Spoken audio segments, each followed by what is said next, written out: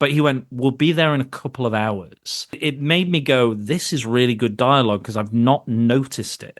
I've not noticed the kind of the grand, in the Republic and this and that. And I love the guy who was like, I've got to save the prince. I've got to save the prince. Where are my eyes? Where are my eyes?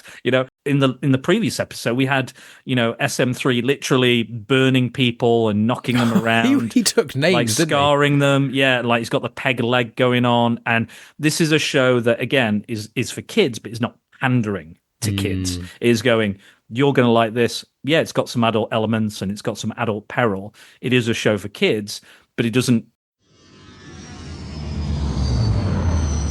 And we are here for another episode of the Skeleton Crew weekly discussion shows. That's where I speak with a guest about an episode of Skeleton Crew as we go through them week by week. And this week we have got Spider Dan of Spider Dan the Secret Boars, who has been on the weekly discussion shows numerous times across the years. And we've done loads of collaborations together, including I was on your show to do the Small Cast Pod, well, Minimal Cast recently, and also soon to be released is the Spencer Pod for Alter-Nativity Stories.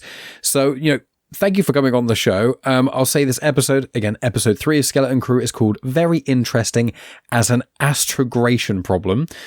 And I know the amount of times I had to look up on the screen and write it down because I was like, this word makes no sense to me. But Spider, thank you for coming on. Skeleton Crew. So, and Star Wars in a whole. So what, you obviously are not as much of a Star Wars fan as I am, which is fine. Most people aren't. What have you found about the live action stuff so far? And then leading into, were you excited about Skeleton Crew? Why did you want to come on the show? Aside from feeling like you owed me, like what did you? I do. I owe you a lot, Mike. In so many ways. So yeah, I've come in here and there. Like I didn't like when Mandalorian started. I'm sure we've talked about this before. I didn't really jump on board. It felt initially like the Baby Yoda show, which I wasn't. I was like, I don't care. That doesn't really interest me particularly. And then they're like, no, it's really good. It's like, Western bounty hunter, Boba Fett, blah, blah, blah. And eventually I got round to it. I started watching it. I was like, yeah, this is actually very, very good. It's quality, it's Star Wars. And, I remember hearing a lot of people like literally cancelling their Disney Plus subscriptions because nothing else was coming out. And they all became obsessed with it, but they watched it a few times and cancelled because it was during like peak COVID and everything, I remember. So yeah, I've kind of dipped in and out of a lot of the shows. Same with the Marvel ones. I've kind of, there's some I've watched, some that haven't. I enjoyed Obi-Wan for the most part. I enjoyed that. And what else do we have? Ahsoka, I did not watch because, again, people are like, you've got to watch Rebels first. You've got to watch Clone Wars and Rebels, and you're going to get more of it. And I went, fine, I won't watch it then. That's fine. And I heard middling things about that. Book of Boba Fett we did famously with that really, really fast bike speed chase. The fast forward exciting, thing. So exciting.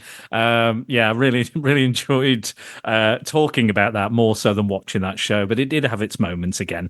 And I think most of these Star Wars shows do have their moments. Again, I couldn't make Acolyte, but I did send in my thoughts. You had a really good discussion with Andy. And yeah, that one wasn't particularly for me, I'll be honest. I can see... Which is fair. I didn't hate it. I didn't absolutely despise it, but it wasn't what I was wanting out of that. So yeah, coming into this, I didn't actually know that much about it, and I kind of and also you like Andor, just to clarify. Yes. Oh, fucking hell! How could I forget Andor? Christ. Yeah, my favorite one. That's the one that has the bar the highest. I was like, what are the other ones? There's been so many. There are a lot. Yeah. My God, Andor, and and that I think that recently Season 2's coming out next year. Mate, I can't wait. That's going to be, I mean, it's got a lot to live up to, but again, it's the same creative team, I believe. So I don't believe that they're going to miss. They can't at this point. And they've always planned it's been 2 seasons, always. Exactly. So. Yeah. It's written. It's, I can't wait for that. I think that's, for me, is the best kind of, Mandalorian was great. I didn't finish season 3, though we did do an episode on another pirate episode, in fact. Yes, with that big swampy. Well, it's funny you say that because one of the pirate characters in there was in the prior episode. Thomas, who was on last episode, he mentioned it. Yeah, the guy without a nose but with spiky head. Nikto species. Yeah, I can't remember his name, but he was in both. Yeah, I did recognize him. I did go, I remember him from that episode because Carl Weathers has a character has a kind of a fight with him kind of thing, or a standoff. Grief Karga. Yes, That's Grief Karga, of Carl course. Weathers' character. But yes, going into Skeleton Crew. So what did you know, if anything, then? So initially, I knew very little. For some reason, I think I confused this with another Jude Law project, which was like a movie about him being like a submarine captain, and I was like, oh, so it'll be kind of and like Skeleton Crew gives you a kind of an image of this, and I think he played like a Scottish like soldier or commander of this submarine in this film. I can't remember what it's called, but it was a couple of years ago now. I think it came out, and I think I confused it or half remembered it with that. So I was expecting kind of like a rough and ready kind of, again, maybe a kind of truckers in space, like Alien type thing, maybe something a bit more kind of lo-fi, more so, less fancy, less, laser swords and things and force powers.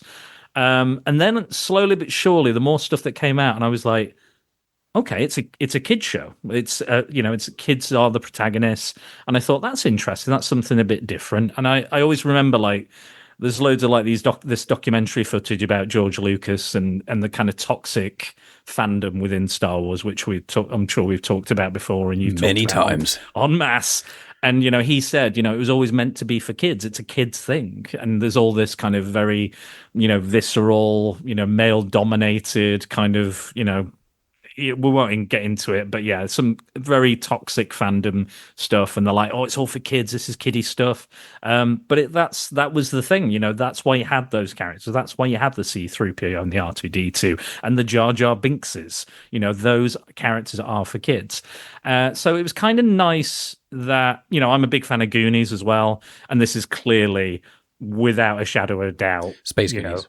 Space Goonies, exactly, which is not a bad thing actually. No. I think they're not doing it exactly. It's kind of they're flipping some of the ideas and some of the characters, but also like I really miss pirate stuff. Like, where's my pirate content? And I was saying the other day, can you genuinely think, aside from Disney's Pirates of the Caribbean, can you think of genuinely 3 decent pirate movies that aren't in a franchise together? There's like Master and Commander that's kind of one. Yeah, kind of more nautical kind of thing, isn't it? Yeah, I'm talking about recent, like last, say, 30, 40 years of like even comedy or like, apart from kids, because there's the kids animated one, Wallace and Gromit kind of one called Pirates. Genuinely, I'm sure there's 1 or 2 people are screaming going, there's this one, there's that one, but I know there's a couple of pirate series. But film-wise, I don't think there's many. I think it's kind of back in those days, when they were making the kind of Sword and Sandals, the historical epics, the Lawrence of Arabia's. That was when they were making those kind of pirate movies.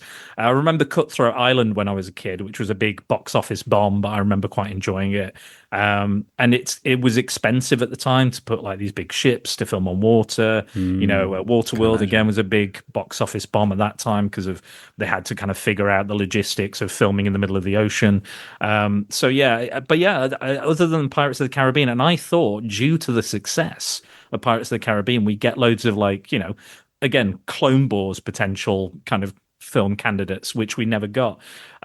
But yeah, I have to say I am enjoying this because it has this wonderful, wholesome energy, which I think we've probably missed a little bit.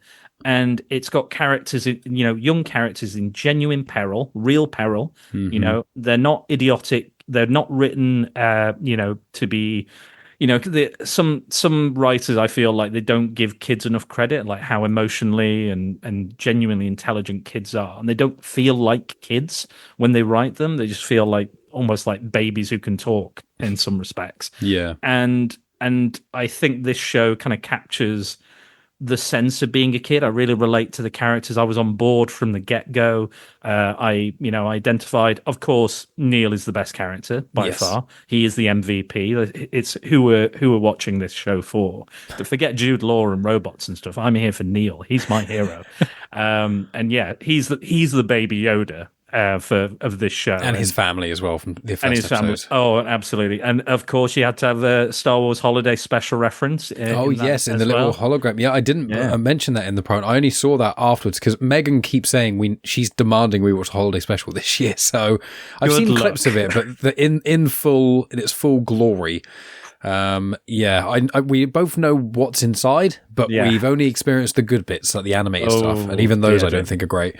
So I've seen the Wookiee virtual reality porn stuff. Unfortunately, I've seen that scene.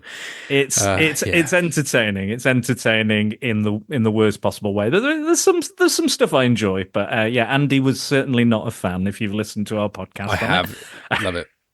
One of my favorites. But yes, I'm absolutely digging the show. I like Wim. The kind of basically the lead character. I like the group. I like that they're all, very different, but they've all, unique and work as a team. I've loved I will say this. Acolyte did not make me want to watch the second episode immediately. Yeah. But this show did. Agreed. Which I think is saying something. I literally was like, that was okay, but I don't really fancy following it up. But once this got going, I was like, I'm in. I'm absolutely in. Buckle me up in that Star Cruiser. I'm off. We're off to the races, through the barrier and into parts unknown. Kind of Goonies meets kind of Lost in Space as well, kind of thing going on. Yeah, I'm really enjoying the show. Again, I don't think it's perfect. I don't think it's a perfect show, but I like the general vibe, and I'm digging the characters. The mystery is more compelling than Acolyte was, and that was all built up on mystery, which became very predictable very quickly. Yeah. But this, I don't know where it's going to go, but I'm here for the journey. Yeah, all very good points. Because one thing we didn't mention slightly earlier is, I mentioned in my last episode, weekly discussion on this, is Peter Pan. I just did a quick Google, hence why video watchers could see me looking down, I was like, pirate films of the last... I just wrote pirate films into Google, just scrolled through. And apart from the Pirates of the Caribbean films, there's a couple we mentioned. There was Treasure Planet. There's obviously Treasure Island. There's the Pirates films. And then there's the animated Pirates film. And then it was lots of Peter Pan films. Because there's the Pan, Peter Pan, Hook, the original Peter Pan. Do you know what I mean? And there's those kind of things. But really, there's not many. There's barely any adult ones.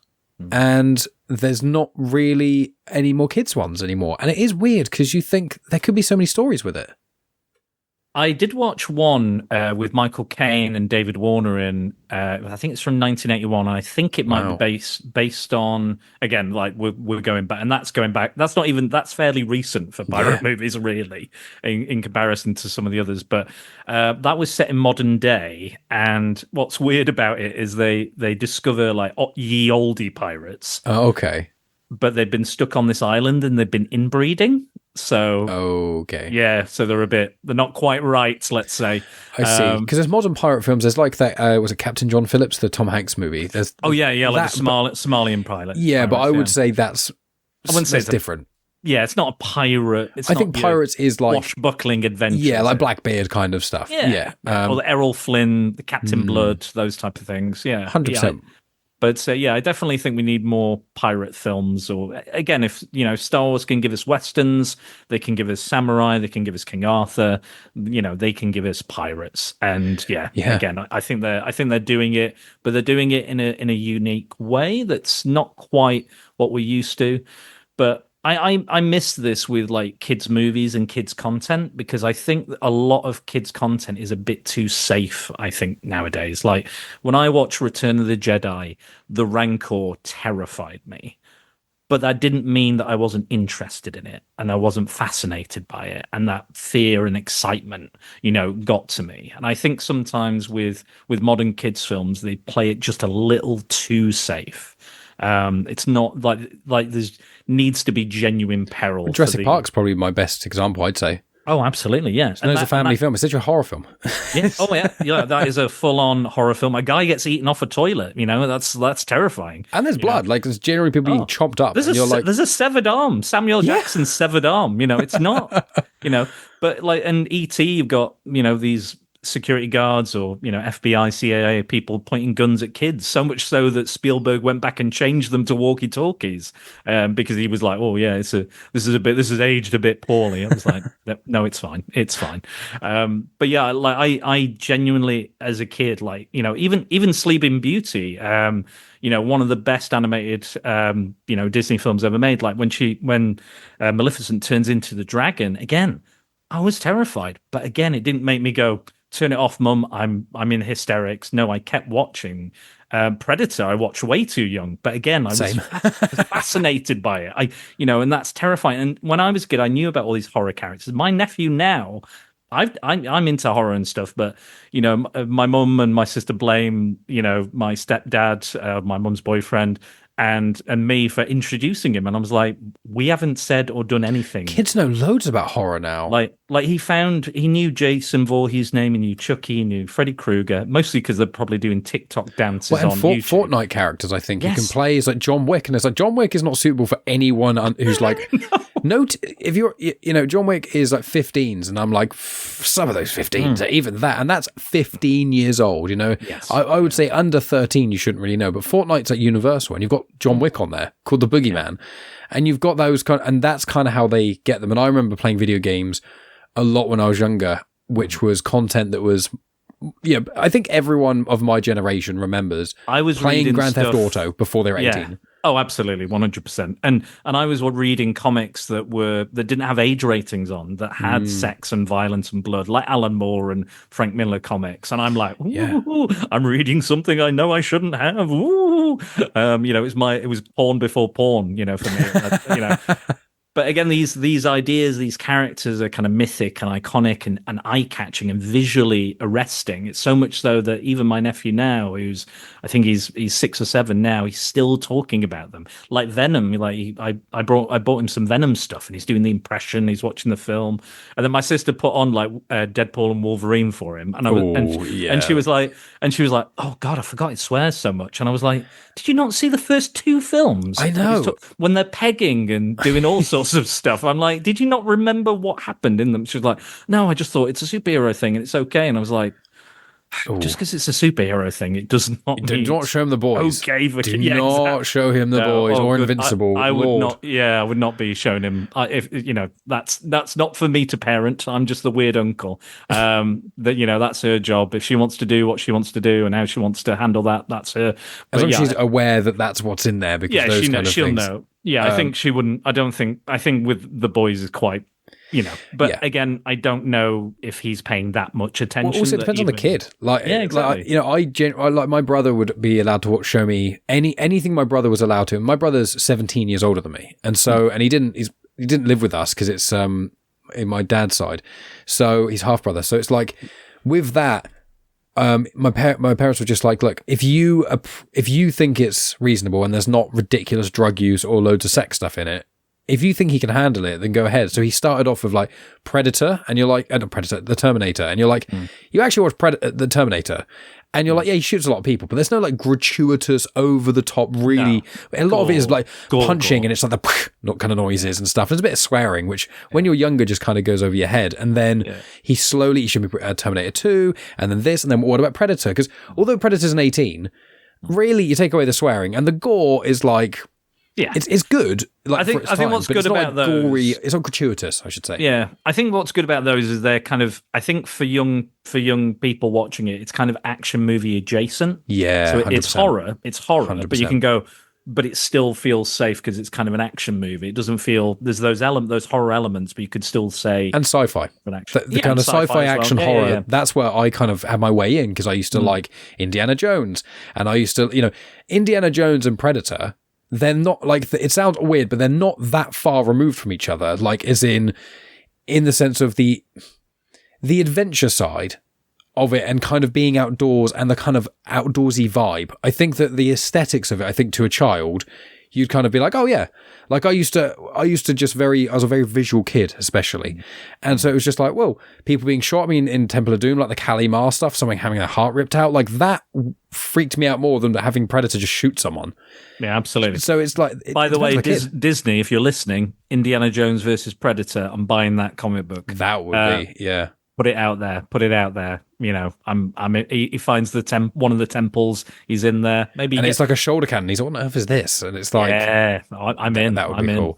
Yeah. But that was not my intention. But I agree with you with the kids stuff. Like, I think Star Wars, the original trilogy, was made with kids in mind. Obviously the prequels were and didn't land in the same way. But Star Wars Rebels is my favorite piece of Star Wars content. That was made for kids originally. But the thing is, the kids grow with the show, and I think in a movie you've kind of got that thing as well. You can kind of grow with the movie because, that's the Goonies. And when you watch films mainly in like the 80s and things, I mean, including in the 90s to a degree, like Home Alone as well, Where it's like, this is for kids, but actually there's quite a bit of violence and there's genuine peril. These are like, you know, the burglars in Home Alone are literally going to get him. By the end of it, they're so angry, they are genuinely like, I'm going to kill you. And it's like, although it's still done comedically, it's like he's in peril. And it's exactly what you said there, which is what I was initially not overly excited about Skeleton Crew, just because I was like, sure, out of the buzz of it after Acolyte was a bit uneven and all that online stuff. And then I was like, oh, actually, if this isn't going to be, you know, ultra super connected to everything else, I'm like, yeah, I don't need, and in fact, I hate the fact where it's like, if we don't do this, the world's going to end. And I'm like, the world's not going to end. But if it's just 4 kids are going to go out by themselves, and one of them, it's unlikely they're going to get killed, but films have killed kids in the end. Like, it's not unheard of completely, but they could get really badly injured. One of them could get stuck out there and not find their way home. One of their parents could die trying to save them. Like, there is still really, and this isn't even talking about the mystery of the barrier and all that stuff. You're like, this has some real weight because it's the child's world. When you're just like a rebellion hero, you're like, yeah, it has weight if you like the character, but they're part of such a bigger web. Watching an X-Wing pilot blow up, you're like, oh, that sucks. But he, in theory, is almost more important to the universe of Star Wars. But these kids feeling connected to the characters is what Andor did.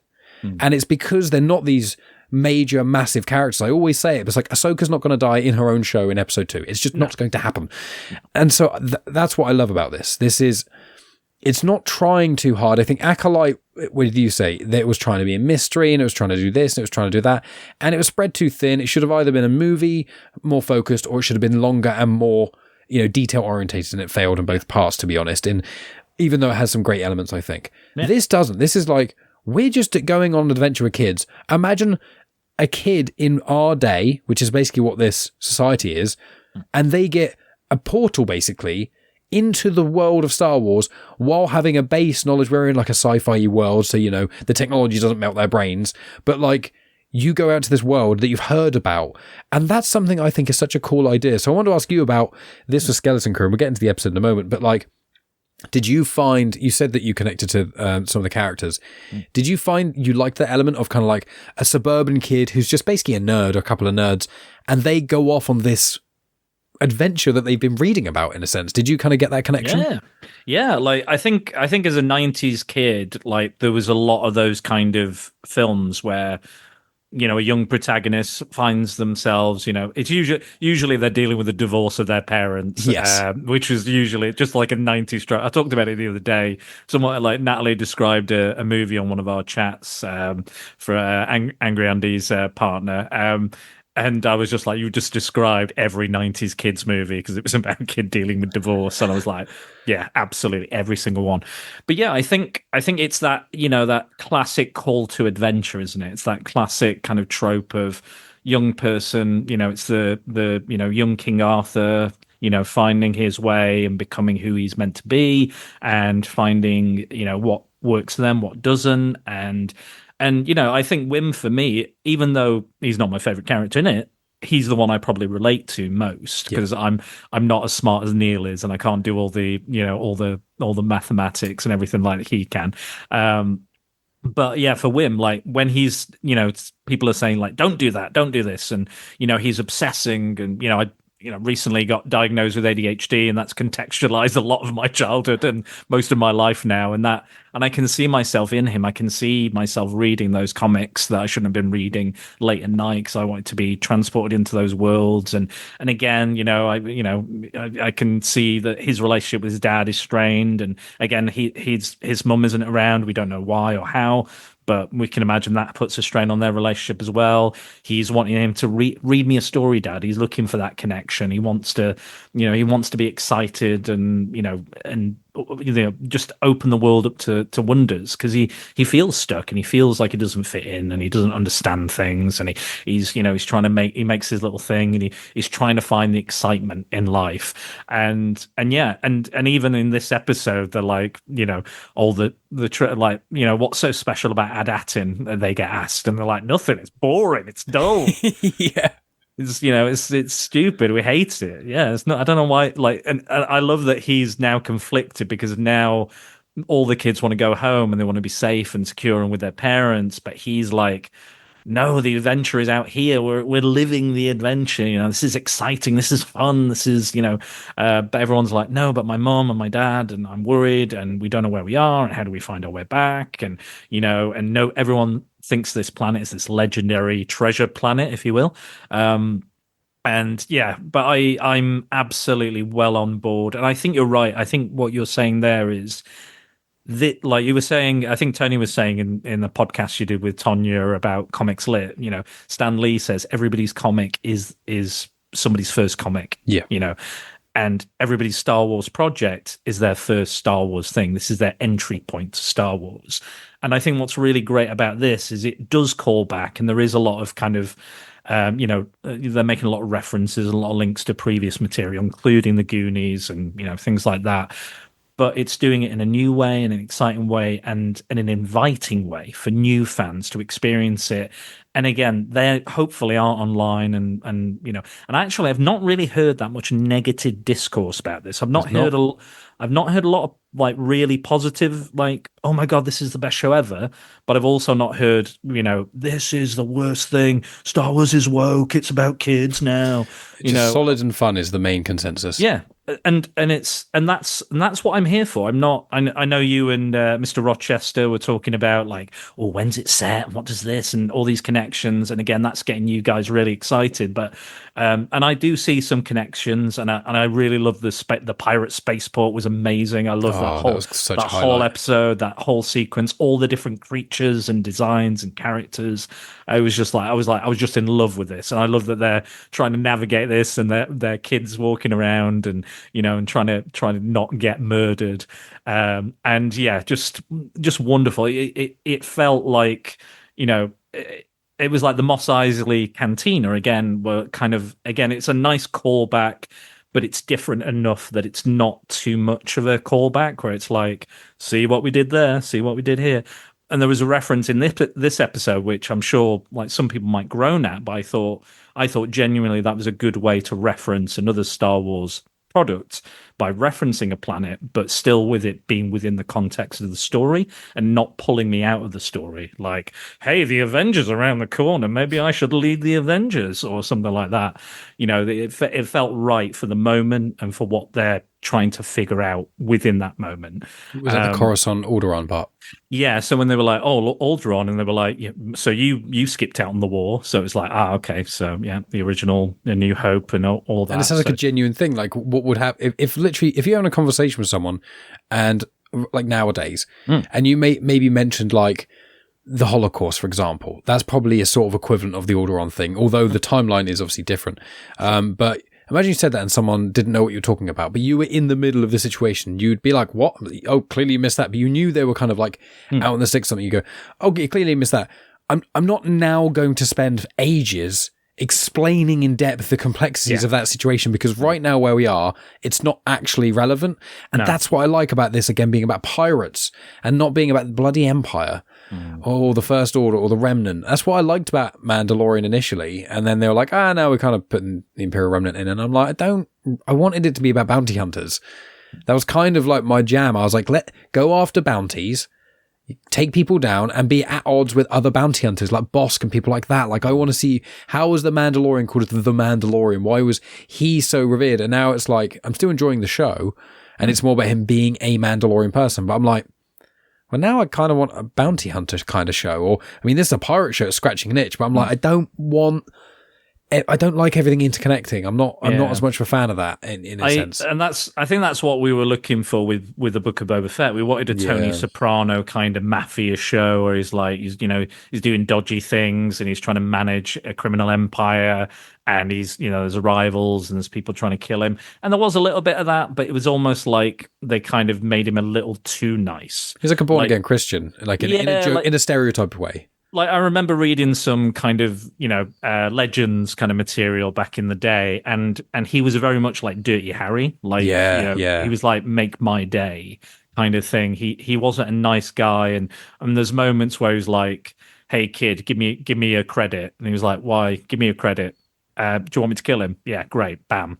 Like stuff like that, really cold-blooded, but with a little heart, but not, And even though I did like some of the stuff and stuff with the Tusken Raiders and the way they kind of contextualized that and kind of gave them a real spotlight. That wasn't the show that was pitched to the audience, I think, Yeah. and promoted to the audience. Again, I'm sure people enjoy it, and they're happy to. But yeah, it wasn't the show. But this show, from what I've seen and what I've been watching, feels like kind of what they've been promoting. And again, we've got John Watts, I think, is one of the showrunners or Yes, producers he on is. it. He's one of the showrunners and writers, and he directed 1 or 2 episodes as well. Exactly. So the guy made the Spider-Man Tom Holland trilogy. That's where I think most people know him from. Which again, I rewatched recently at the cinema, and they still hold up. Like that first 100%. one, that first one especially is like it's. I was laughing. I'd seen it multiple times, but I was laughing my head off all the way through. There was never a moment I was not really enjoying it, and he gets it. He somehow manages to kind of pinpoint what it's like to be a kid at that specific age, at that specific time. But again, in the modern day, in the modern kind of framework and stuff. And that's what it does here. And I think I really like the girls in it as well. Fern and KB. Yeah, Fern and KB. I like that we kind of have the kind of cyborg. I'm looking forward to kind of see because she's been quite quiet. So I'm because she gives me. Because I thought Goonies and Goonies Data and KB, I found like they were when I first saw, but I was like, oh, actually, she's a lot more. I love Data. Data's my favorite part of Goonies. He's so extroverted and he's so smart, but he's kind of goofy and gadgety. Whereas KB, I'm finding like she's intelligent, but she's very much like she takes a bit of a step back from everyone, but every dialogue thing she said, she's kind of been right about stuff. So it's like she's really figuring everything out a lot sooner than anyone else is. Fern's trying to take charge. Wim's just excited about being around, and Neel's worrying about everyone and trying to just do a good job and keep people happy. But like KB's really trying to process stuff, and I want to know what's the deal with her eye thing. Is it her visor? Yeah. Is it like, does it scan stuff? Is it a comfort thing and it does nothing? Like, I would just like to know more about it because she seems to utilize it as part of her quite a lot. I would just like to know what about it is special to her. Do you know what I mean? Yeah. I think it might be part of her. I think she is a cyborg. I think it's some part of her biology in some form.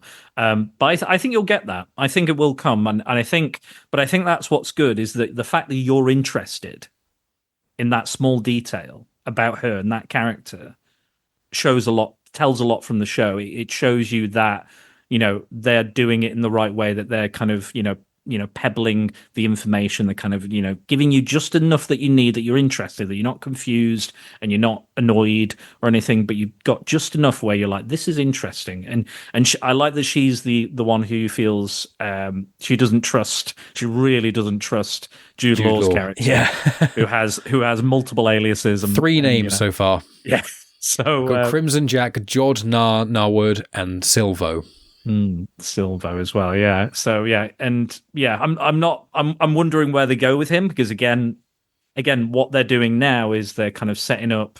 Do we trust him? Do we not trust him? Is he looking for the credits? Is he trying to find the planet for his own thing? Is there something else that's going on? Why are X-wings after him? Why as he double cross this owl lady? And also another detail I quite like is that like all the names are quite regular, quite normal names. Like the owl lady we learn is called Kim, but obviously it's spelt, in a KHYMM.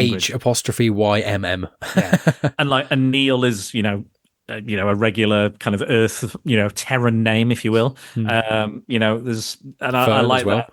Fern, yeah, exactly. So I like that it kind of it's interesting. I'm very interested what Attin is all about. But again, I think that's what they're doing so well in the show is that it's keeping me interested. And again, it's not doing a lot of like heavy lifting, or it doesn't feel like it's doing heavy lifting, but it is doing heavy lifting, but making it look effortless. I think it's I'm finding it hard to describe, but it's almost seamless what the amount of information they're getting across and the Andy hates exposition, doesn't he? He's like, I always complains about exposition, this exposition, that. And I think they're actually doing exposition in a really natural and unforced way. Again, forgive the pun. But I think it's something that you don't even know is even happening. Yes, and I think Andor did that to a degree as well. Yes. I think both that and Andor, the strength is what I'm finding is, I think Star Wars, the strength of Star Wars in a lot of ways, obviously the music's a big factor, the world, the immersion, but it's really the characters, I think, that make it work the best. And I think that's why the original trilogy works, because there's kind of something for everyone. Luke, Chewie, Han, Leia, and also Lando, you put them together, including, 3PO and R2. Yeah. You meet those characters, everyone's going to have a favorite. It's one of the reasons, for example, I'm not the biggest fan of Friends, but that's why so many people like Friends. 6 main characters, they're all quite different personality types. So you're going to gravitate towards one, you're going to dislike another one. So when situations occur, you're interested. And this character I really likes that character, but I don't like that character. And it's like, those dynamics make Star Wars work in a lot of ways, and that's one of the issues that the prequels had. People found it harder to connect to certain characters, and then they kind of did that because they couldn't figure out what they were doing with the characters in the sequel trilogy. Finn was like, oh, he's really cool. Yeah, let's just kind of, oh, nope, and he's over here now. Nope, and he's like, and you're like, I don't, and Poe is like, oh, he's growing as a person. Oh, no, because of the plot, let's just reset him back to where he was. And it's like, whereas in this, and I said this in the last pod, but I was like, one of the biggest issues I think with Star Wars that causes, or at least excuses in certain respects, gives an excuse for some of the bigoted behavior, is baggage. Is that everyone who goes into Star Wars now, because it's so massive, has got some sort of expectation of what they want it to be. Do they want it to be all Forcey and dark-sidey? Do they want it to be really mature? Do they want it to be really political? Do they want it to be this insanely complicated, clever social commentary tale? Do they want it to be just something that looks cool with a lot of space battles? And it's like everyone wants something different, and that's what the real problem is. And I think shows like this and shows like Andor that are not relying on pre-existing content, I know Andor is a little bit, but shows like this where they are free to breathe, they can do that. And then, as you mentioned, like the little nods, like there was the bit where they're activating, George is trying to activate droids to find out which one's Smee. Yes, SM33. I love that. And it's like, he activates the B1 battle droid, and he goes, did we win? And then falls over. And I'm like, that is so funny. And that's so true to what kind of thing the B1 battle droid would say. And it's so fun and cute. And it doesn't matter if you know what the prequels are. It doesn't matter any of that. But most people vaguely know. And they're like, those nods make it feel connected and lived in and separate all at the same time, which I really appreciate. Yeah, I really enjoyed that little nod. Again, it's something. It's a very like throwaway gag, but again, it's not something even someone who has seen the prequels, who is not up on the lore, has not read all the novels and comics, and and has watched the kind of all the range cartoon series as well, all the different ages. They can appreciate that gag. Even if they haven't seen the prequels, you can probably appreciate that guy. I love the guy who was like, I've got to save the prince. I've got to save the prince. Where are my eyes? Where are my eyes? Again, just it's just a funny kind of silly throwaway gag, but it was fun that, that there's these people. It's almost like Jabba's torture chamber, when he's like torturing all the droids and the arms are coming off and stuff like, everyone's screaming. Yeah. Again, like I love a good like silly throwaway character or gag, just purely just to laugh at. And yeah, I thought that was one of the best ones as well. I also love when my second favorite character is SM33, of course. He's the best. Love him. Are you going to say the eye bit? Because that kills me and Megan. We were both absolutely not that bit. Up. Not that bit. I did. Yeah, make sure you got his friend who lives in his eye. No, I meant the bit where he's like, where he says eye, and then he disappears. Oh no! Oh, sorry. Yeah, I thought you meant that. Yeah, that was the bit that made when he comes back and goes eye. The timing on that. Like, I imagine Nick Frost was there in person, and they kind of green screen. I have no idea, in all honesty. The way he comes in and the timing of it is so precise. And again, like I love Spaced and all the kind of Edgar Wright films with him in.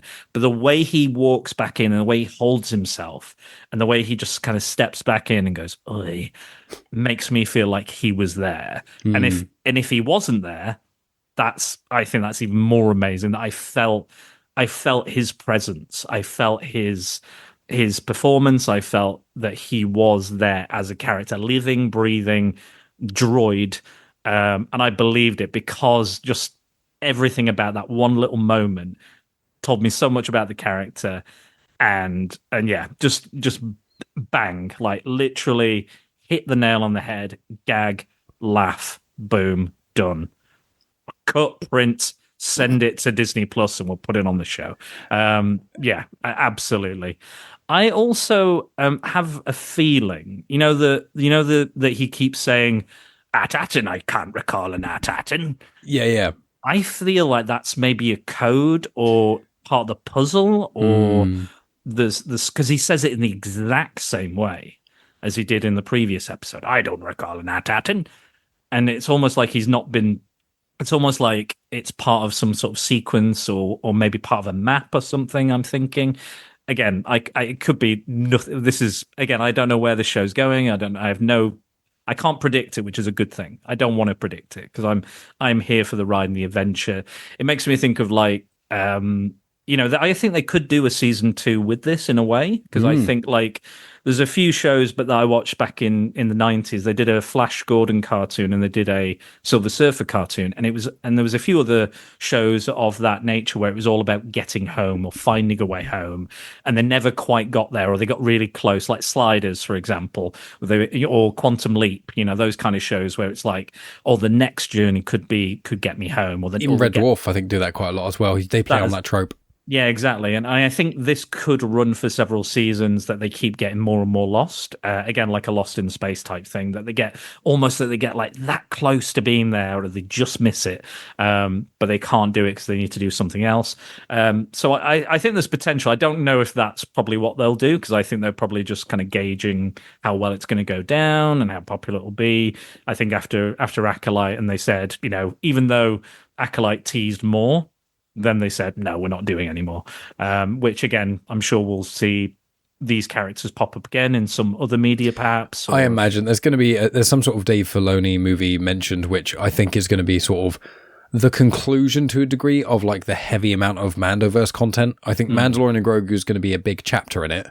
Yeah. Then I think what's going to happen is we're going to get Ahsoka season 2, maybe another kind of Mando-centric era kind of thing, and then we'll have some sort of a big movie, and it'll be Ahsoka and Thrawn and all this, and all these kind of things with like, oh, the cast from Skeleton Crew pop up in it in like a scene that's going to make people cheer, like that kind of thing. But it's interesting because, yeah, it depends how this goes, but I could see this going on for a while, or just finding another excuse, like you let the characters age up a bit, and then they finish school, and then it's kind of they're in that position where they're like, oh, cool, we've got our jobs sorted as the analyst, blah, blah, blah. And maybe Wim, or even as a change, it would be maybe like Neel always keeps talking about adventure. And then they just, every couple of years, they just find a way to go on adventure. Like, I wouldn't really be fussed what the way is. No. And that's what I think I like about this, is that with Acolyte, I think it suffered from it trying to be, it's a mystery, it's a thriller, it's this, it's that. This isn't that. It's just like, I feel like nothing's really blown me away, but I don't need to be blown away. This feeling with what we mentioned, there's the humor of it with the droids, there's the humor of it in previous episodes. There were points where me and Megan both chuckled or laughed, and it's like with that, it makes the show have like a different kind of vibe. Whereas I found a lot of the Mandoverse kind of stuff, Book of Boba Fett, Mandalorian, and to a degree Ahsoka in some respect, a lot of it has this kind of, we're really serious, we're not really making jokes kind of vibe. Everything's super serious, but the plot is actually quite predictable. So we're all really being serious, and there's not always the right weight to it. Whereas I find with this, it's like, look, there's some kids that are lost. It's silly because they're kids, and there's going to be silly things that happen, but there's still weight to the decisions. But it doesn't have to be like, oh, the galaxy's sad and depressing and everything's rubbish. It's like, no, let's have a bit of wonder back. And that's what I like as well, the vibe. And I think this could, like, if they really, if it does well and they really go for it, I think that's why Stranger Things did so well as well. Like, it took, again, it's 80s kids on an adventure, taking, like, in a leading effectively a kind of a sci-fi horror film, but in a show. And again, these characters and actors have grown with that show, and now it's like the biggest thing ever. They've got 2-hour long episodes now, basically, because it's so popular, because it's become such a phenomenon. And I think that is kind of that it's kind of doing that thing here, where it's kind of calling back to those kind of 80s shows like Goonies, especially. And I think, again, because it's about kids, it's inherently about potential. Like the show has potential. These characters have potential. And yeah, it could potentially go that way. And if it has the power to do that, I think the kids are very good. I think all the Agreed. and again, like I think we've talked about kid actors before as well, and how it can go really well or it can go really not so well. And again, it's not their fault. Again, they're kids. They can do their best, but sometimes it doesn't work. So it feels like they're reading lines, but this feels like these kids, like watching this, I don't think, oh, the kid who's playing Wim is good. I go, Wim is great. You know what I mean? Not the kid who's playing Fern is good. I go, that's Fern. Like they really encapsulate it. Yeah, and it's believable. The dialogue, I think the dialogue's great as well. Yeah. Like I think it's so it's so grounded. The dialogue, it feels so believable. It's not like, there was a lot of wooden dialogue in The Acolyte. It was really bad, some of it. And again, I think you referenced the prequels again when you were talking about 100%. it during the podcast, and that's what it felt like. It just felt like, fucking hell, like it just doesn't feel right. And and the thing that made me notice it is when Jude Law says we'll be there in a couple of hours, and I was like, normally it'd be like, oh, we'll be there in 20 cycles, and but he went, we'll be there in a couple of hours. And again, it didn't make me mad. I didn't go like, oh, they wouldn't say that in Star Wars. This is wrong. They say this. He references parsecs as well, in the show, which was kind of a nice little callback. But it made me go, this is really good dialogue because I've not noticed it. I've not noticed the kind of the grand, in the Republic and this and that, and the Grand Visor or anything, because it's really grounded in that gritty kind of realism, but also it has this wonderful, wholesome, hopeful, bouncy energy that these kids have and these kids bring to this. In the previous episode, we had SM3 literally burning people and knocking them around. he took names, like scarring them. Yeah, like he's got the peg leg going on, and I love that he does the kind of. He reminded me of Henry Cavill when he reloads his biceps in Mission Impossible. He's like chunk chunk, and like he kicks some serious ass, and you don't think he can, and then he absolutely obliterates all of them. And like again, it does feel real, and you do worry for the kids. And you've got that guy literally vomiting, and it's shown at the preview of this episode, of the kind of previously on Skeleton Crew, the guy is literally vomiting. This is a show that again is for kids, but is not pandering to kids. It is going, you're going to like this. Yeah, it's got some adult elements and it's got some adult peril. It is a show for kids, but it doesn't also. It's still entertaining for adults. It's got adult jokes, adult humor, but it's still bringing in the kids and respecting them. I think most kids, like you said, are probably playing Fortnite and maybe not that bothered. But as a family, this is something you can watch together and enjoy together in unison, at the dinner table or in the living room, however you want to watch it. This is something that could potentially bring not only families together, but also bring people into Star Wars, bring kids and bring in new fans, which I think is a wonderful thing, considering, again, the toxic fandom that we have that is mostly 30 to 40 plus year olds now that have grown up with it. And again, are looking, again, like I like dark Star Wars content. I like light and bubbly Star Wars content. I like the goofy fun. I like the serious political discussions. It can be all of those things. We can tell all of these different stories from all these different perspectives and still have fun with it. Well, that's it. That's the fun part, isn't it, with Star Wars that I really like. And I'll say, earlier on, again, people see me looking at my phone on video. I was looking up to see if Nick Frost was on set, and it seems like the vast majority of his lines were voice acted, but he seemingly did appear on set a bit. But okay. I think of the interviews I kind of glanced over and things, I think they're being cagey as to how much he is or isn't doing stuff at the moment. Okay. They often do the kind of, they do certain press before the show, and then when the show's kind of halfway through, they do the more spoilery question press. Yeah. And I think that'll probably be, because they don't want to be like, hey, were you on set loads? Because then it's like, oh, why would you want him being on set if he's just a droid? And it's like, because of the physicality. Is he going to play another character, perhaps? Well, there's lots of things like that. Yeah, there could be. But I think I think with this show, I agree with everything you said, and it brings the fancy adventure stuff back in, and I think that's what was lacking in the prequels a bit, is that it's got the visuals, it's got the cool stuff, but it is a lot of over-the-head political stuff, and then also it hasn't got that sense that Luke Skywalker had of adventure. You know, it's literally... Anakin Skywalker in the films doesn't really go on an adventure. He obviously has the tragedy, but in the first film, it's like he just does pod racing, which he was going to do anyway, regardless of the Jedi. And then he just, his kind of adventure moment is him flying a ship and just shooting something and flying back, and that's it.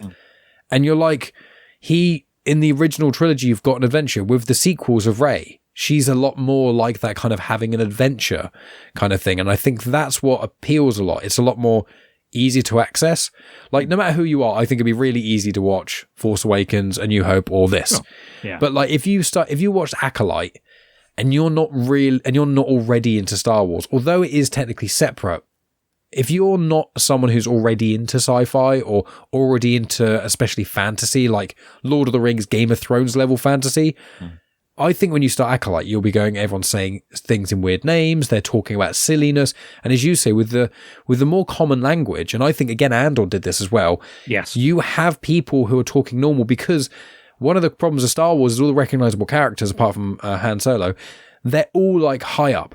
They're well-spoken, they are, like, formal people. I know in Andor you've got Mon Mothma and Bail, Organa and things, but you've got, like, they are shown to be speaking in a certain way, and then you've got other people speaking very differently, and it shows the difference in the upbringing, and that's a part of it. Whereas in, like, the prequels, they're all Jedi monks, basically. So everyone's all talking quite proper and quite specific, and like they're a bit more better than everyone. And I find it can be hard to connect to characters like that. Whereas, as you say, when it's someone who's just going, oh yeah, we'll be a couple of hours. Like, that's normal. You don't even think that's dialogue. That's just something so casual. And that what is a connection here with the kids and the acting, and it makes the world, it makes you want to go on this adventure because it feels real. And I think that's what this has really captured, that I think a lot of the other Star Wars shows hasn't in certain respects. Agreed. Yes, more adventure, less fantasy. But I mean, with this episode, we've kind of touched on bits and pieces, but we've got the start part, which is parents worrying about their kids. What do you think about that stuff? That was interesting, I think, because I like that they all know, they're all aware, they're all concerned, they're all worried. But even the person who's part of the great work, whatever the great work is, doesn't really is concerned and is like, right, well, I'm going to speak to the guy who's in charge, but the robot's like, we don't leave the barrier, we don't leave the planet, it is illegal, we cannot go, and basically they're saying they're dead. That's what the robot is saying, is they're dead, forget about them, move on, have more kids. Without saying it, he's saying that, and they're all going, Neil's mum's there, obviously his dad looking after all those babies. Is it baby Tilo? Is it baby Tilo? I mean, you may know better than me. I did not note down any of Neil's sibling names, I'm afraid. How dare you? They're integral characters, Mike. They're so important to the canon. I think it's something like baby Tilo and the twins, I think he says. But yeah, I like that, because again, it's not, it shows that the dad is concerned as well, that Wim's dad, even though they do have difficulties, they still love each other, and they struggle to communicate, but he's still, like, concerned. He's like, I don't want my kid to die.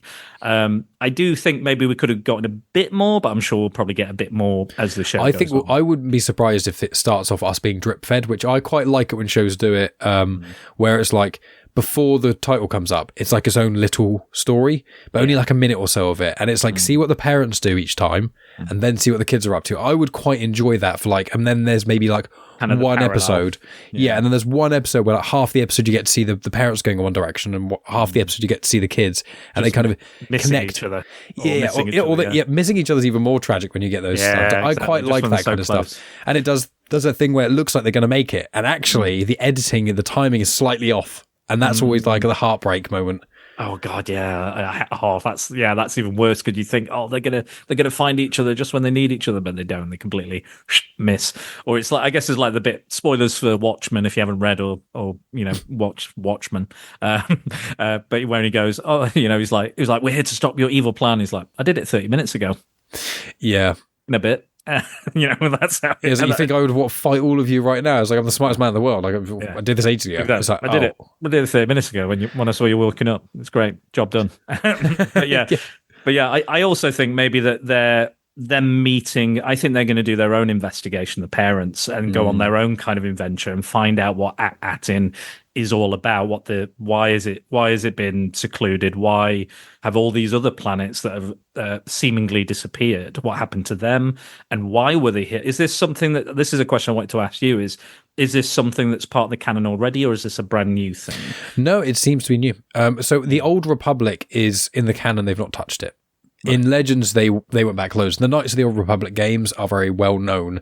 That's where pretty much all the lore is, and a lot of canon stuff vaguely references those things. Like Revan as a character, he is a canon. There was some Sith Lord at some point called Revan. That's it. That's the fact we know about Revan. That's it. That someone called Revan existed who was a Sith Lord. Aside from that, like the Old Republic is technically 1,000 years before the Skywalker saga. So it's like 900 odd years before the Acolyte. Any time before that in Legends was classed as the Old Republic because it was during the Jedi and Sith Wars that went on for tens, if not 50,000 years, like of varying amounts. So in canon, as far back as we've gone in the canon is the High Republic stuff, which is behind me. And the oldest one is, I think it's 382 years before the Battle of Yavin. So yeah, 360 odd years before the Phantom Menace and stuff. And then there's like one or two stories where someone's reading something and it's doing a flashback to like another few decades or centuries. But beyond 500 years before the Phantom Menace, in the canon, there's nothing really, apart from like the odd sentence going like, there was an ancient civilization here, or thousands of years ago, clearly a battle was fought. Yeah, there's no real specifics and no stories in the canon told. So they're really slowly drip feeding it in that way, which I really enjoy, actually. And we get a bit more of Jude Law, who kind of revealed himself to be Force sensitive, I guess. But we don't know if he's a Jedi. Wim thinks he's a Jedi, wants to believe he's a Jedi, but is he a Jedi or is he something else? Because he was called what was his other name? Crimson Jack. I was going to say Crimson Joe, but that sounds worse. A lot worse. There's a thing that Thomas said in the last pod, which is like, if you put his name as Jod Narwood and his other name Silvo, if you put Jod Nasilvo, that's Long John Silver, Jod Nasilvo, that kind of thing. And then Crimson Jack, I mean Jack Sparrow. So it's like, I imagine it's a lot of piratey references, which I like, but I think with Jude Law, I think this is really going to teach Wim of like, just because someone does a certain thing associated with a group doesn't mean they are part of that group. And I think that's going to be quite an interesting thing, because like, yeah, you can use force powers. It doesn't make you a Jedi. You know? And if we're thinking that, you know, it's Treasure Island and Wim is Jim Hawkins, which again, the call to adventure, he gets the black spot and the map, and you know, he meets Long John, and Long John is kind of, you know, he gets close to him, but he's manipulating him, and he's a villain. Treats him favorably, but is using him. And again, so if he's playing that kind of role in this, that'll be really interesting, because already like Wim's like, oh, I was a Jedi, he's everything I've ever dreamed of, and he's going, yes, you know much about the Jedi, and it's like, has he just been sat there and he's managed to manifest these force powers by study or something, and he's not anything to do with anything.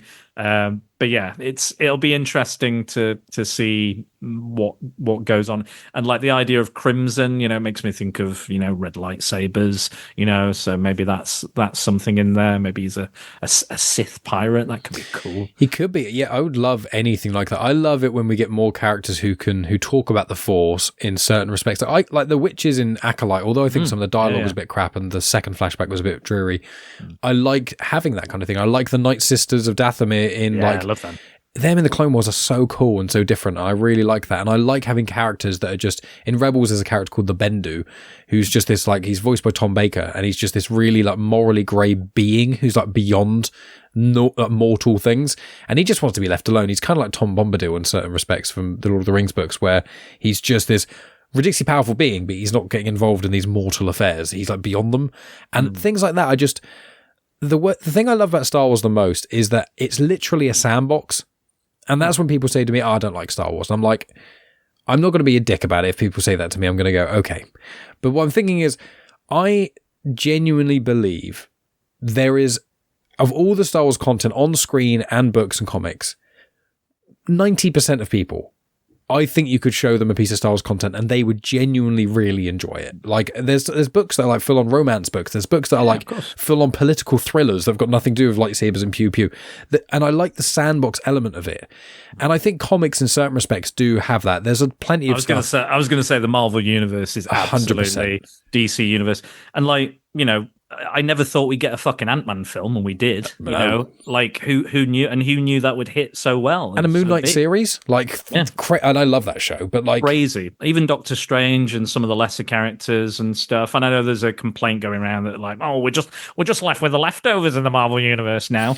But I always say this, but you didn't know you wanted Guardians until you got Guardians. You didn't know 100%. You wanted the Avengers. You didn't know you wanted Iron Man until you got Iron Man. You didn't know you wanted Skeleton Crew until you got Skeleton Crew. Mm-hmm. So like, you know, give things a fair shake. And yeah, I absolutely agree. I think there are stories out there for everybody. Again, this Acolyte was not my particular story for Star Wars, but this one is. And again, there's other stories. There's, like you said, books, novels, you know, video games, you name it. There is a Star Wars story out there for you, and it might even be still being produced right now. Yeah, and you know.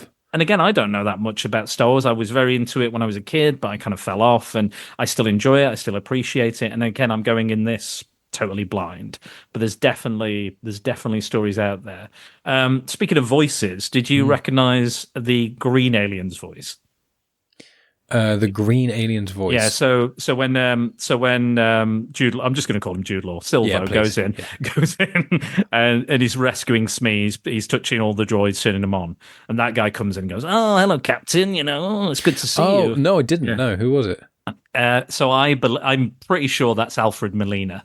I am almost certain that I don't think he was on set. I think it was again another voice, but I'm certain that is Alfred Molina's voice.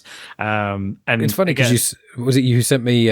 Was it you sent me that thing about Alfred Molina very recently, where we saw the tarantulas on his back and stuff. Yes, I think so. Yeah, with he was in Indy. He was in Indiana Jones, and they were talking about him brushing down all the. You know, he's like, don't worry, just don't excite them, and they won't bite or something. Yeah, just wonderful. But I love him. It is. Yeah, Alfred Molina plays Ben-Jar Pranik. Very nice. Look at that. Look at that. I didn't even look it up, Mike. I didn't even go on the IMDb's. I just went, that's Alfred Molina. I recognize that voice. But yeah, brilliant. Same with Nick Frost. I went, that's Nick Frost. Oh, 100%. I've got I'm a big fan of animation, so I have a good ear for the voices.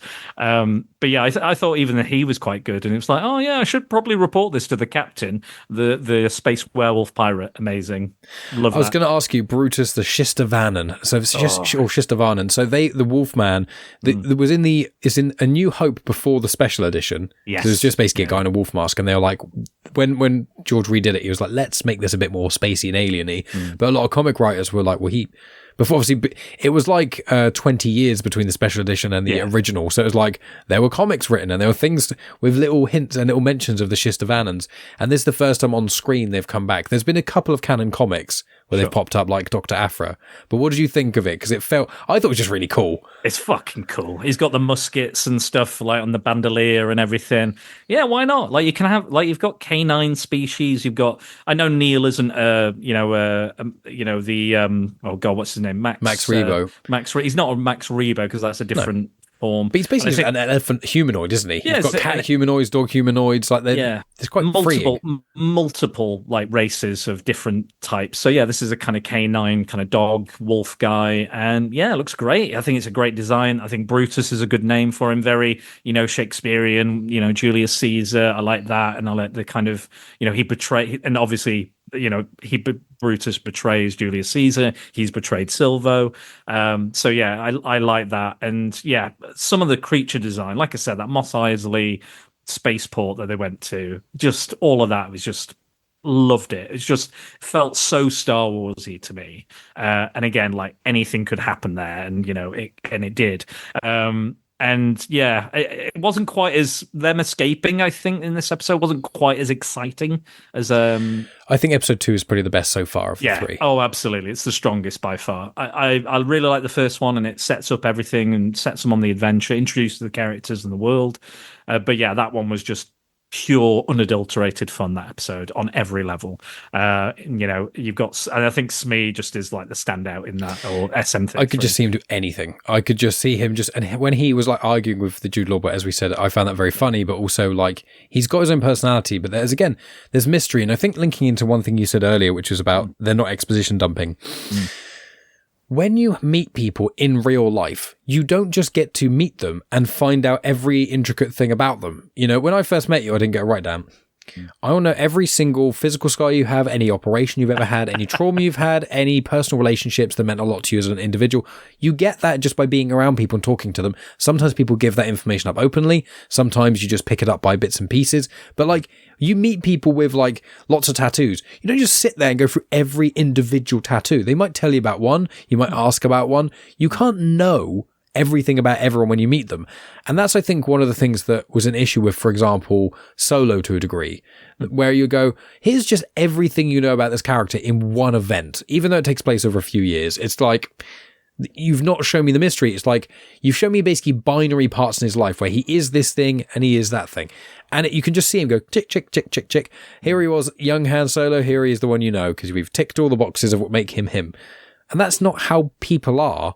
And although I do like the Solo film, I think it gets better with each watch, and it is generally a good movie. It's just, there's no dramatic tension really, because all the characters you already know really. But I did like, in this, with certain characters, you've got it with Smee, and you're getting it with Jude Law, who are the more mystery characters. But as you said, like with KB, is she a cyborg? Does she have a hearing thing? And then that's it? Does she have any impairments? Is it a comfort blanket? Is she like technology? Is it one of those things she got gifted as a child? Who knows? We may never know. But that links in as well, where you can have stories you can have episodes where the narrative isn't going as far and isn't doing as much if you're spending time with characters. And I think that's what shows like Buffy the Vampire Slayer and other shows like that, which were like episodic TV, and there's a lot of them, but certain episodes really just go, what if this character, we know about this, what if we just turned up this emotion of theirs or that emotion of theirs?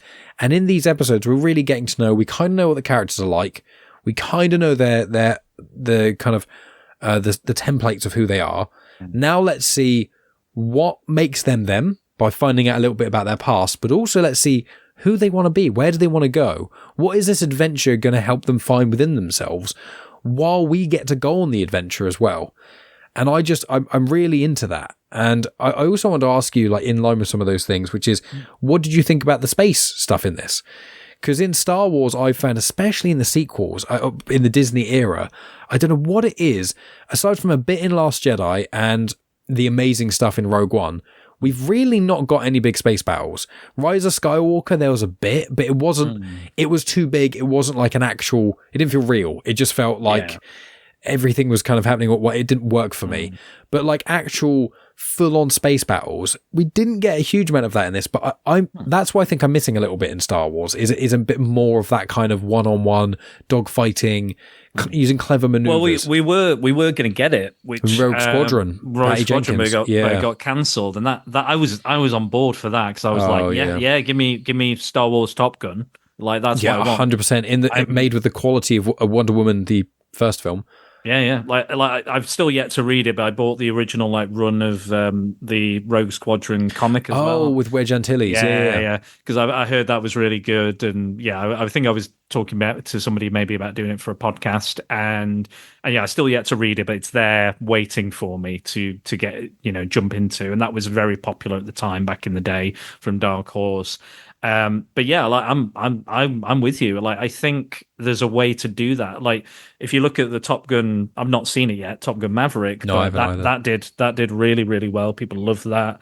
If you can capture that and find a way to do it, I think you would I think it would clear up, and that's initially what I thought Rogue One was when I first heard about Rogue One, because I was like, oh, it's Rogue, X-Wings, Rogue Squadron. I was like, oh, that's going to be a thing. It became its own thing, which is equally just as good in its own right. But that's initially what I thought that was. So it's a shame that didn't quite happen, but that came off the back of Wonder Woman 1984 not doing so well, I think, and then it kind of disappeared, unfortunately. But I think the idea is solid. I think that is a thing I would like to see. Like, and again, staying away from the space wizards, I would like to see, proper, like, struggling, pilots trying to figure out who they are. I like the X-Wing game I played recently, the one that's in first person. Did make me feel a bit sick sometimes. Was that the newer one, Squadrons, or the old school one, Rogue Squadron? I mean, I played both. I played all of them. I even did a podcast on Star Wars video games. I think I might have included that. But yeah, it's kind of a first person one, and you can play it as in VR as well. Yeah, Squadrons, I think. Yeah, Squadrons. I think. I might play that again. Actually, I might give that another go. But yeah, I love that kind of part of it. And again, like, so does George Lucas. That was his, he was showing like clips of the Dam Busters because he was a big fan of that. When he didn't have the special effects, he was like, I'll just show you scenes from Dam Busters. That'll do for now. Because that's what it's going to be based on. So yeah, I'm with you. I think we could have done with that. It did remind me this section of the bit in Force Awakens where the TIE fighter is tied down by like the fuel line. Yes. And they're learning how to fly as they get out of it, that kind of thing. I think that combined with when Rey was flying the Falcon for the first time, and they're kind of flying through, and that bit, and like, okay, I think if I do this and do that and do that, okay, that worked, let's go. And it is, again, it's them coming of age, and the kids, I think, really being allowed, like, treat like adults. They're like, Neel, you fly. And he's like, what? I can't do this. He's like, yes, you can. Just do it. Okay, you have to do it. It's not really a choice. It's almost, in a lot of ways, it's like what Yoda's kind of teaching, ironically, where it's like, I'm not asking you to try. You are controlling the ship now. Yeah. Don't kill us all. Let's go. There is no try, Mike. There is exactly. No try. And that's how you do coming of age. You don't make a big fuss about it. Like, Neel, you're scared of this. As great as Wizard of Oz is, we don't need that kind of hand holding. No. And again, harken back to Andor. Andor doesn't hit you over the head with every emotion every character's feeling all the time. And I think Acolyte did that quite haphazardly at points. Whereas I think this doesn't. This is like, look. You can see Neil's nervous because he squeals a bit. He says he doesn't know how to fly, but you can see he's kind of trying. And you get to understand the characters by seeing them just live and exist. And that's what's important, I think. Yeah, and there's even that line where they acknowledge that they are kids. They're not like, they go, we are just kids. We need someone to look after us. That's why they want the droid back. That's why they want to keep Jude Law around, even though he's not, on the up and up potentially. They want, they know what situation they're in. They're afraid, but they know they're not like, crippled with fear. They know they've got to do something and figure it out and help. And again, giving Neel that opportunity to, he's not going to be amazing immediately, and he's not really doing it for very long, and he's kind of, he's like, just evade. And he's great in that. And I love that he just goes and does it, even though he's arguably the one that's mostly afraid out of all of the group. And, not I wouldn't say cowardly, but his fear is at the forefront. He's the one who worries the most. Yeah, he's a worrier, I think is a better word. Yeah. And I like that. But then Jude Law comes back and, and all that, and he gets on his pirate gear and stuff. But yeah, I think I tell you what I really liked is when they were coming out of the spaceship to go meet the owl lady. I can't remember her name. Kim. Yeah, Kim. And there's that kind of moon there and the silhouette of them walking out. I absolutely adored that shot. Again, very simple, very easy, very nice, but it made me feel like, like Luke's looking at the two suns on Tatooine. It made me think, oh yeah, it's a bit like that. You can see the moon and everything. And it's a wonderful little, just, again, very simple, very effective shot, but it felt like a real genuine callback to those old school films and like A New Hope and again we've talked about the peril, like those old films, we see Aunt Peru and Uncle Owen burnt alive. Oh yeah, within the first 25 minutes of the film. 25 minutes, an alien gets his arm cut off and there's blood everywhere. Again, it's the 70s, I know, but still, and even an Ewok gets killed, and that's effectively a child. Even still agreed, but still in A New Hope. I mean, Han Solo shoots someone dead. And his smoking corpse is there, and Han says, you found someone to, let's go. And it's like, dude. Yeah. But kids, when you're a kid, I don't remember being overtly traumatized as a kid when I saw like a dead body here and there. When it's just a gunshot, when it's like, I wouldn't show a kid Saw, for God's sake, but like just a smoking body. And once you get to a certain age and you can conceptualize and understand and appreciate death, which I think happens normally between the age of 8 and 10, a lot of stuff, and especially Star Wars, because there's no swearing, because there's no overt drugs, because all the death is quite easy and cleverly laser sword, apart from obviously in A New Hope, and a lot of the characters it cauterizes wounds. Yeah, exactly. A lot of characters wear a mask or a helmet, or they're non-human. Exactly. So it's not quite as bad as seeing, a human get killed. And again, like you said, the wounds are cauterized. You don't really see the blood as much.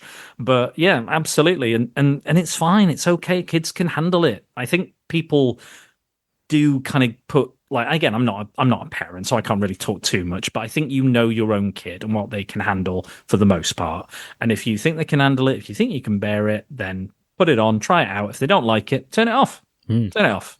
You don't, like, there's all these people that are trying to ban like Moana and shit like that, and I'm like, get a grip. Just turn it off or leave the cinema and just put it to bed. Don't bloody send, surveys and all sorts of polls and things, like, just get a grip. If it's not for you, if it's not for your kid, fine, but let other parents and kids enjoy stuff. Trust the kid, I think, and that's, I think, the key theme in this episode. I think this episode is all about trust, because it's about Wim trusting Jude Law's character too easily. It's about the parents, then, their trust in the system being shaken, and then also the kids learning really to trust themselves and their own instinct of, like, when Jude Law's character basically says to each of them, you do these things. They're trusting an authority figure may know best in this situation, which I think is something some of them have started to question a little bit, which is natural as you get older, but also trusting themselves. So I think for me, this episode was really like, okay, the first episode is the world, the second episode is the adventure. This episode was the trust. Now, from here, the only friction in the crew is now going to be the interpersonal struggles, not because they don't know each other well enough. Now I need the struggle is going to be a lot more interesting. And Thomas and I spoke about it, is Wim's trust going to be broken? Is he going to, at some point, have an argument with his friends and choose Jude Law over them? And then that's going to be his folly. That'll be his teaching moment. Like, is that going to happen? And again, I'm so thrilled to be able to see this. And I just think there's, again, subtle lessons to teach to children, which is good, trust and these kind of things, but not being an after-school special. I just think it lands in a lot of ways. It's not perfect, and it's not like, whoa, this is phenomenal. But it's like, it's quite hard in this show, which I love. It's hard to criticize, really. Like Acolyte, there was a lot to break apart. Yeah, and I had to be the Star Wars apologist, which I often can be. Same as Book of Boba Fett, same as Obi-Wan. I appreciate that about you, though. Like, with me, like, the stuff I cover is objectively shit. Some of it, not all of it, but some of it. Not all of it, but like there's some stuff where I'm like, I have to kind of go, well, I see what they were trying to do. I see what they were trying to say. Like you did quite well. And I listened to the whole series of podcasts, and I went, you really are trying to find the good within the bad, and I do the same in my shows. And there's stuff I love, and I bring it to Andy, and he'll destroy it and tear it apart. And I'll say, try this, or look at this, or what do you think of this? And with the sharing the silver screen we're doing at the moment, there's ones where he's like, what, actually this was pretty good. I quite enjoyed this, and there's some that I'm like, this is objectively rubbish, and you might enjoy it, but you might not as well, But that's the fun of it, And again, we did Turkish Star Wars very recently. I started listening, and I was like, what? I need to watch this, really. I need to watch along with you guys on YouTube. So I'm going to be doing that. It's available. It's avavelable. I'll put that in the show notes. Yeah, will do. Yeah, absolutely. But yeah, and I think I respect that about you, that you don't just write something off. You go, actually, what about this? What is the good with the bad? And I think, again, Acolyte was very uneven. It's 100%. Not the worst Star Wars content out there. I've probably seen the worst Star Wars content. I think you have. I think the Ewoks Holiday Special do take that mantle. But and yeah, before people go, oh, Last Jedi was shit. Which I think that's my favorite. I love Last Jedi. I love it. That's one of my absolute favorite Star Wars films, because it takes risks, it takes chances, 100%. It's bold, and again. Yeah, does all of it work? Maybe not, but for me, that film was very, very strong. For it took a lot of swings that I think landed a lot more than misses. Yeah, I agree, and I think on a rewatch as well, it is objectively better than you think. All the is. bad things people remember about it go, oh, the casino scene, and I'm like, that's fine if you don't like it, but actually, I remember going, God, that scene takes ages. You watch it, it's like 5 minutes, nothing of a like 2.5 hour movie. It's like they're not there for that long, and all these scenes where people are like, yeah, there's this scene which is rubbish, and you're watching it, you go. The rubbish part you mentioned is literally like 10 seconds. Yeah. My main issue was Rise of Skywalker because it's a massive retcon. Yeah. It's 30 minutes. It's 30 minutes of undoing all the work that previous film did. And if you weren't happy with those choices, why did you let the script go? Why did you let it get 100%. To production? Why did you let it go out? If you weren't happy with it, you should have said. But it was literally apologist, Lucasfilm or Disney or whoever you want to call, whoever is apologizing for that film shouldn't have done, because I think all those choices that were made in those films, in Last Jedi, were the right choices to make.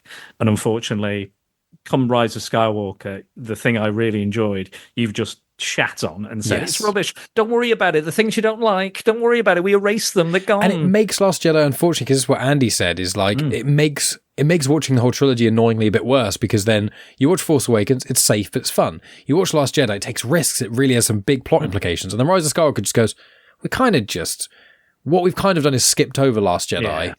There's bits in Last Jedi that are correct, but really it's kind of like you've just missed a couple of scenes between Force Awakens and here. And I'm like, but what? I didn't. And we know why. It's, that they're trying to be safe and stuff. But I'm like, that's the problem. And I wanted, when they announced Rian Johnson would do a trilogy of Star Wars films, which I think has been put on hold because Knives Out was such a success, he's focusing a lot on that, which I appreciate, because I'm like, you're going to get a lot of shit for Star Wars, no matter how good you are. Yeah. Whereas everyone likes Knives Out. So it's like, it's quite easy going. But like, if he made a whole trilogy where he could really start to finish, I have utter faith he would do something incredible. But that's always been what I say with Star Wars is Rebels, they had a plan. Clone Wars was a bit uneven because things got cancelled early and kept swapping places, but the broad strokes of it really works. The prequels, for their faults, in my opinion, I think they get better, but definitely the third film is the best one because it all comes to fruition. Even the crummy dialogue and the Padme Anakin stuff and all the drivel about the politics, all of that actually works and makes sense for the most part in Revenge of the Sith. That it syncs it all together. And I think that a show like Skeleton Crew, it really had an Andor, shows that where it's like, they had a plan from the start. They know exactly where they're going. This isn't reactive. And I think Skeleton Crew is really just them going, let's just ignore all the Star Wars noise. Let's pretend the prequels weren't even necessarily made. Anything like the sequels, rather. Let's almost pretend all we have is the events of the original trilogy vaguely happened, and there's some kids that have no idea. And they go into this universe at some point after that, and generally there's one kid that reads some legends about it, that God knows how old these legends are, and that's it. Let's just go. Let's just have fun. None of the baggage, none of that. And I just really appreciate what the show is doing. And as you say, like, it's making me want to watch more episodes because I'm invested in the characters, not because I'm like desperate to see what crazy force power is going to happen, or let's hope that this character, pops up. I'm like, I don't want any more characters popping up. I don't want cameos. I want these kids to just go on a journey. Yeah, I give these kids the attention, give them the focus. Again, like you were saying, it's a focused idea and they're doing it and they're delivering on it. Again, is it going to be the best Star Wars content ever? I don't know, but I am here for the journey. I'm here right now and I'm invested. And again, the second this episode ended, I was like, I want more. It's making me, when it cuts off, it was like when Daredevil was on Netflix, when they ended the episode, they're doing it on such a hook, you're like, I've got to watch the next one. And unfortunately, and in a way, like I'm more of a binger when it comes to like TV shows and stuff, and in a way I'm like, this would be a good binge. I think this would. I'm starting to do that with Marvel shows now. Yeah. With Star Wars, I kind of have to, because I love doing these shows things, but also like we watched Agatha all along in bits, and we watched it in like 3 sessions, and we really like the show itself's not phenomenal, but because when you watch one of the worst episodes, you're not just dwelling on it. You can kind of go, let's just go to the next one, and then you feel. I think the episodic TV format. The problem is that it did it with the Obi-Wan Kenobi show. It really separates scenes. So when you've got a slow episode before a big one, it makes the slow one feel slower and the big one feel bigger. But I'm like, I like it as a whole. I generally prefer Star Wars in the movie format. Rebels, of course, and Andor, phenomenal. But I quite like that, because I think Star Wars has goofier bits, it has sillier parts, and I think episodes can hyper focus on it a bit. But we've been chatting about this for nearly an hour and a half. So is there anything else you wanted to mention about this episode in particular that we didn't, or Skeleton Crew as a whole? We still kind of don't know a lot about the show. We don't have a lot of the details, so it's kind of hard to. And again, I don't really have any ideas of where it's going, which is good. But no, I think my genuine, I'm always looking for something good. I want to feel positive about things. I don't want to come in and go, this is garbage. Blah, blah, blah, blah, blah. I was hoping for that with Acolyte, because again, it was new characters in a different time setting. Well away from all these other characters that we are really familiar with. So I was like, right, it's going to focus. It's going to be, and again, there's nothing wrong with that. And again, I'm sure there'll be a reappraisal of it sometime in the future, as long as, Disney doesn't take it off the streaming service like they did Willow, or something like that. But yeah, I don't think there's anything more I want to say, but I just feel genuinely positive and hopeful. And I think it gives me a sense of joy, which I haven't felt, like a genuine, like fun, joyful feeling. And again, it makes me feel a little bit like a child again, which is, I think, what this is doing best. I believe Bryce Dallas Howard is directing an episode.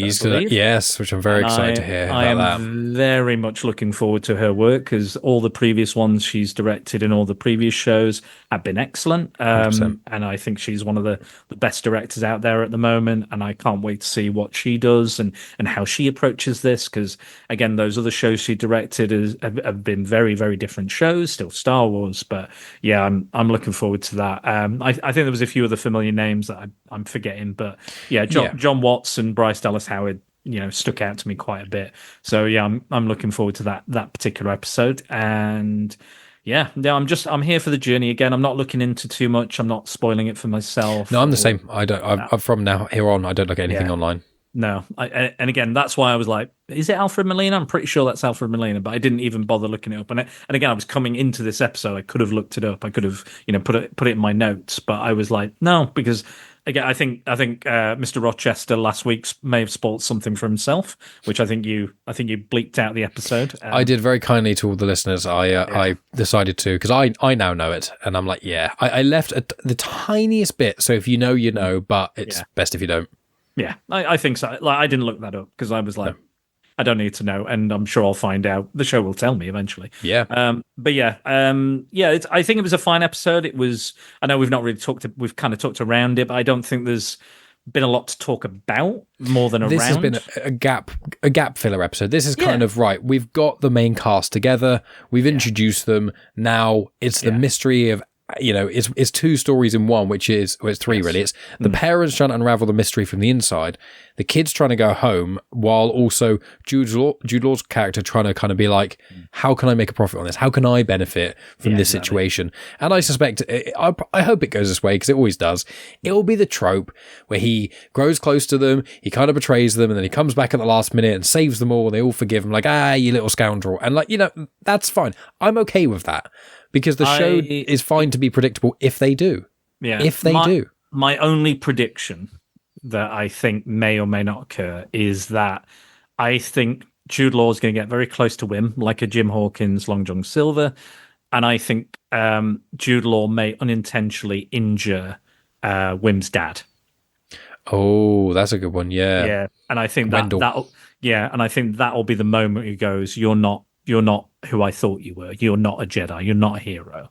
Yeah, you've hurt my dad. I don't know if they go so far as kill the dad, but I think maybe seriously injure or just shoot him shoulder wound with a blaster. Yeah, maybe Brutus and the pirates capture him, and he's a hostage, or Jude Law has to trade him as a hostage or something like that, and then Wim's like, right, well you need to help me save my dad now, and then maybe Jude Law makes a sacrifice play to save Wendell's dad or something. That's my only prediction. But other than that, no idea. Amazing stuff. Yeah, well, it was great chatting with you about this.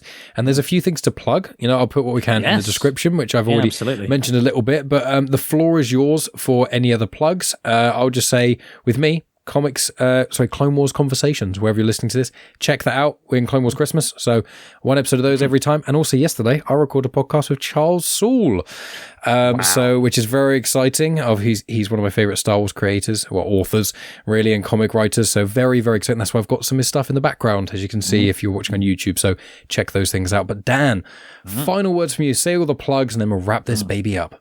Well, if you like Star Wars content, I've covered a fair little bit myself. So we did the Ewok movies with Andy, and we did the Star Wars Holiday Special, which I do talk about in another upcoming podcast very soon for Alter-Nativity Stories, where we do alternate takes on holiday themed movies and TV and comics. And what else did I do? We did the Star Wars video games one as well with me and Scott. He's a big Star Wars fan and a big video games fan, so perfect. And Star Wars has some excellent video games, which we've already mentioned. Oh, yeah, some of the best. I think the 90s and early 2000s was the golden LucasArts, age. man. LucasArts. Home runs all around. Absolutely killing it. So, yeah, but Mike has been on the podcast quite a bit recently. we did, as he mentioned, we did our small cast or minimal cast. So top 5 films that feature a minimal cast. So, and that was his choice that we gave to the patrons, and they picked that one. And yeah, a bit of a long podcast, but it's a good one. And I didn't cut almost anything out of it because I want all that juicy content. And you have to listen all at once. It's quite easy because it's top 5. You talk movie. It's really easy to listen to some of it and then to pause for a bit and do something else. Yeah, 100%. You're like, oh, okay, I've heard about that film. Move on. Yeah, and there's some. I think it's for those who don't like spoilers, including Tonya. No spoilers. Well, quite surprisingly, because I usually spoil everything. So yeah, go check that one out. And then this very week, our Spencer podcast is out with me, Mike and Megan, and we're talking about a very different film from the kind of stuff I usually cover. It's kind of a fictional biopic on Diana, Princess of Wales, kind of a haunted prison break ghost movie, psychological horror. It's very interesting. It's already available on Patreon if you are. Join Mike's Patreon as well. It's all good stuff there as well. A lot more Megan content. But check that out. That'll be out on Friday. I'm not sure when this is out, but probably tonight. In fact, tonight or if tomorrow. It's 12 minutes till midnight, so I'm not going to get out in 12 minutes. So it'll be in the morning of the 12th of December, I think. Very good. Perfect. So yeah, just in time to get ready for the release of Spencer. And yeah, Mike and Megan have a lot to say. But is it too weird for Megan, this film? You can only find out if you listen.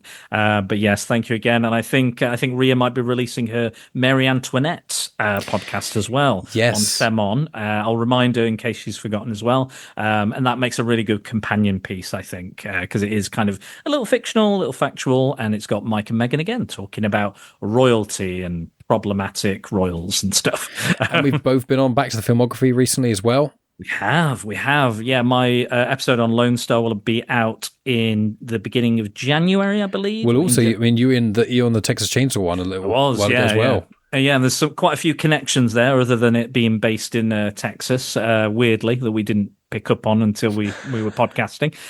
So yeah, it was not planned. I just said, I really want to watch that, and we did it. But yeah, there's some connections there. So I'm hoping that this breaks his really long stint of very poor movies that you with McConaughey. You've done as well. The Glory Days I listened to the other day, and I was like, glad I didn't listen to that one either. I think we'll watch that one. Yeah. But yeah, really good stuff. But yes, that's me. Go and check us out on SpiderDan and SecretBalls.com. All the good stuff's there. Amazing stuff. And wherever you're listening, like, subscribe, share, review, all that to both mine and Spider-Dan's pods. If you enjoy my content, you'll enjoy Spider-Dan's as well. So go check it all out. But friends, thank you so much for tuning in. As always, make sure to check out my wide variety of other Star Wars content and tune in for next week as well, as we're continuing the Skeleton Crew journey. So as always, my friends, may the Force be with you.